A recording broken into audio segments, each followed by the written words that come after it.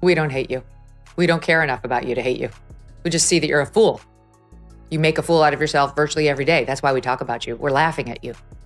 We're making a mockery of you. You're making a mockery of yourself. It's not hatred. You really should learn to distinguish between those two different emotions because you're receiving one in droves, and it's not hatred. You can act, like you're Beyonce all you want. You're not. And just like her, you can play the victim when you're not. But you're going to have your hands full with people laughing at you because you behave so foolish. When Megyn Kelly takes aim at a politician, it's not a critique, it's a flamethrower. Jasmine Crockett, once hyped as the Democrats' fiery rising star, was stripped of her shine and thrown under the harsh spotlight. Kelly didn't just poke at her image, she tore it apart, exposing Crockett as all show and no substance. What looked like a rise to power now feels like a crash and burn, and recovery might be impossible. I've had about enough of her. She wants to be like a member of the squad. She thinks of herself like an AOC. She talks like, she's from the hood. Meanwhile, she grew up in a nice family. She didn't talk like this 3 years ago. 3 years ago, she sounded like you and I sound in this conversation. Like, I'm really excited to be going to Congress. I can't wait to get started on my new job. And now she's like, we need us. Megyn Kelly zeroes in on Jasmine Crockett's biggest flaw, confusing noise for power. The louder Crockett yells, the more she believes she's winning. But volume isn't brilliance, and outrage isn't proof. Kelly tears through the act, exposing how all the shouting, waving, and over-the-top theatrics collapse into emptiness. It's like watching someone slam a table while the real debate happens elsewhere. Crockett mistakes her own voice for authority, and Kelly shatters that illusion without mercy. She claims to be, from her people. She puts on this image that she understands the Black American struggle. But let's face it, the girl went to private school. She went on to, I don't know what college and law school. She went to, it's like, she's a complete fake. Yeah. She's as fake as her eyelashes. She's as fake as her hair. She's as fake as her fingernails. And she is such a massive fraud. What makes Megyn Kelly's takedown so devastating is how she reminds everyone that Jasmine Crockett's rise wasn't built on talent. It was built on a desperate political machine hunting for a shiny new face. Crockett wasn't elevated for her achievements, but because she fit the script.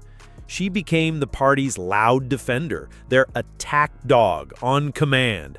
But beyond the barking, there's nothing to show. Kelly rips off the mask and exposes a politician propped up by optics, not ability. The Clinton administration. Please calm down. Don't tell me to calm down. Calm down. Because y'all talk noise and then You're can't out of take control. He said, Jasmine, what you have to realize is that if you are really going to make change, it's not going to be in the Texas House. He said, you did a great job playing defense, but you have a chance to play offense. Someone on this committee then starts talking about somebody's bleach blonde, bad built butch body. Meanwhile, you pointed out, like, her high school looks like a cat. If you're enjoying this video, don't forget to subscribe and hit the bell icon. Megyn Kelly doesn't just criticize, she puts it in context. She shows how Jasmine Crockett joins the long list of politicians who confuse performance with policy and self-promotion with service. The viral sound bites, the smirks, the eye rolls, every move turns into fuel for Kelly's fire. This isn't leadership, it's theater. And Kelly makes it clear, Crockett isn't a lawmaker, she's a bargain bin influencer who stumbled into Congress. We were having a committee hearing on oversight, and it was really late at night. And I was really irritated because I'm always like, why can't we work normal work hours like regular people, 8 to 5? I don't know what's wrong with Congress that we're always doing crazy things at 9, 10, 11, 2 a.m. under Nancy Pelosi.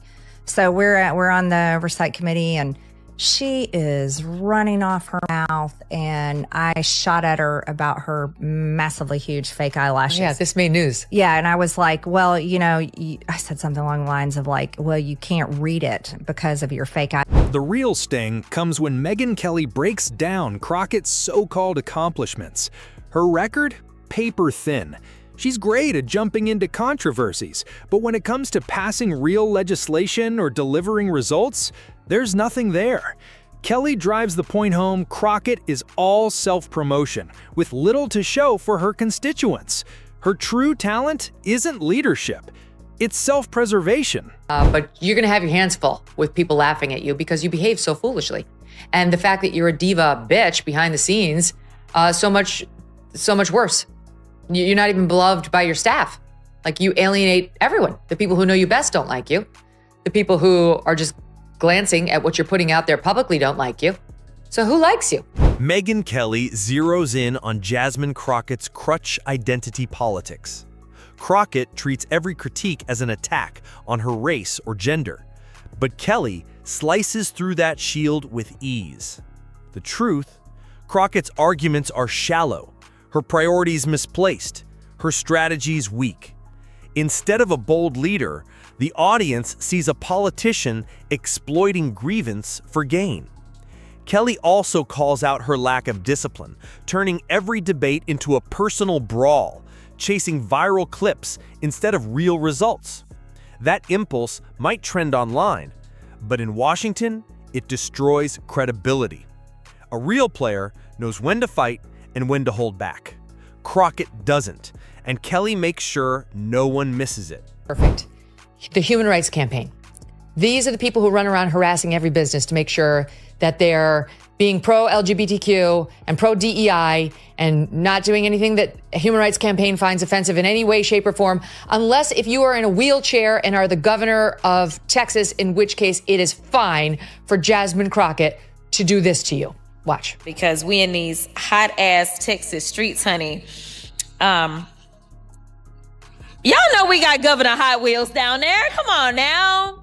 Megyn Kelly skewers the hypocrisy shadowing Jasmine Crockett's every move. Crockett rails against privilege while enjoying the platform it gives her, attacks systems while cashing their checks, preaches justice while mocking dissent. Kelly lines up example after example, proving hypocrisy isn't Crockett's slip, it's her style. And then Kelly goes deeper, showing how Crockett's chaos, outbursts, and constant defensiveness reveal insecurity, not strength. She doesn't look fearless. She looks fragile, flailing in debates she can't control. The roast sharpens as Kelly exposes Crockett's obsession with image, pointing out how she's more focused on curating a brand, staging viral clips, and chasing trends than actually governing. Kelly's point is clear. That obsession isn't power, it's a trap. Guest has some more on Ms. Crockett. He's Benny Johnson. He's host of The Benny Show, and he has an exclusive report now on Crockett's alleged background. See, he traveled to where Crockett claims she is from a tough area of South Dallas. You know, you hear her speak. She tries to talk street like, okay. Compared to where she's actually from, it's quite a different picture. Where she's actually from is a beautiful, well-manicured area for the elite. Jasmine Crockett has built her career on outrage, but outrage fades fast. The same crowd that cheers today forgets tomorrow, leaving her chasing the next headline. Megyn Kelly exposes that emptiness, calling it the political version of a sugar rush, loud, quick, and gone with nothing to show.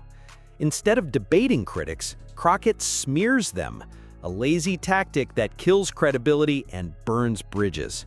She thrives on division, but Kelly shows how that same chaos makes her ineffective.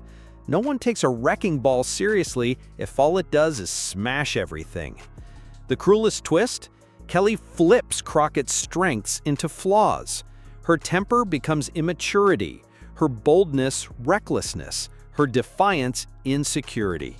Kelly doesn't just criticize, she redefines her, tearing down the image Crockett worked so hard to sell. The thing hot about him is that he is a hot-ass mess, honey. I got to check my woke rule book, Walter, but I'm not sure I don't think that's allowed. I do not think you refer to the guy who's in a wheelchair as the governor of your state as Governor Hot Wheels. Some of her defenders online are like, we all call him that down here. And as far as I can tell, it's only nasty leftists who do. Not sure that gives you a pass. What makes Megyn Kelly's destruction of Jasmine Crockett so gripping is the ease of it. Crockett is all noise and flailing, while Kelly is calm, precise, and unyielding. Kelly's analysis cuts deeper than Crockett's theatrics ever could, leaving the audience not just unimpressed, but embarrassed for her. By the end, the rising star is exposed as painfully ordinary, undisciplined, shallow, and burning out fast. Crockett leaned on personality over substance, but Kelly proves charisma might win a clip, not a career. Become, instead of someone who dumbs themselves down or lies about where they come from to try to be more hood. Yes, that's what she's doing all the time. And she didn't talk like this before either, where she's like, y'all, I know, my homie, and I'm like, okay, that didn't exist. We ran tape from her. Before she ran for office, she sounded like a normal person. But now she's gone full street with the super long nails too, and like the lips and the gloss and like the eyelashes. She's really laying it on because she wants to be seen as like this down-home girl. Kelly dragged the truth into the spotlight, tearing away Crockett's theatrics and leaving only the thin record she tried to hide. In politics, once the illusion breaks, it doesn't come back. Curiosity turns to skepticism, enthusiasm to eye rolls. Crockett's problem isn't just that Kelly roasted her, it's that she exposed what everyone suspected but never said. The emperor has no clothes, and that moment sticks. Kelly rewrote Crockett's image, not a bold upstart, but just another overhyped name destined to fade. How do you even like, there's no reaching across the aisle to that. No, Yeah, like, not at that's all. just- Well, she's not a real person. So some interesting things that I've always observed about her is how she treats her staff. She treats her staff like they are just beneath her. I read that in the New York Post. Can you confirm? Yes. Wow. So she always has, one of her young male staffers has to carry her big, heavy handbag for her. She just hands it off. It's like, The lesson is cruel but clear. Without substance, every star burns out faster than it rises. Crockett's critics now have ammo, her allies have doubt, and voters will be far less forgiving. In Washington, reputation is everything. Whispers, stories, and backroom chatter shape power. Kelly's roast won't just fade from headlines. It will haunt every stumble, each misstep reinforcing the image of a politician not ready for the spotlight. Once branded as unserious, doors close, alliances crumble, and chances disappear. Crockett now stands in the danger zone where ambition slams into reality. We know that we work for the American people, and what we not gonna do is stand around while they pull this that they trying to pull right now. Like, what do you, we have videotape. Why are you talking like that? No one believes this bullshit. And now she's graduated to acting like a thug. So congratulations, your term in the US Congress is going really well. If Crockett doubles down, she looks desperate. If she retreats, she looks defeated. There's no safe move left, and that's the brilliance of Megyn Kelly's takedown. It didn't just wound Crockett, it trapped her. Any attempt to fight back only proves Kelly's point. Now Crockett isn't defined by her own narrative, but by Kelly's. A politician hyped up by image, undone by immaturity, and exposed as a lightweight pretending to be a heavyweight. For someone addicted to the spotlight, that's the cruelest cut. The irony is brutal. Crockett wanted recognition, and she got it, but not the kind she hoped for. Instead of a fresh voice with staying power, she's become the cautionary tale of what happens when hype outruns ability. In Washington, momentum is everything, and Kelly shifted it against her. The brand is tarnished, the whispers have started, and the story of Jasmine Crockett will now be remembered not for her promise, but for how Megyn Kelly dismantled her with devastating precision.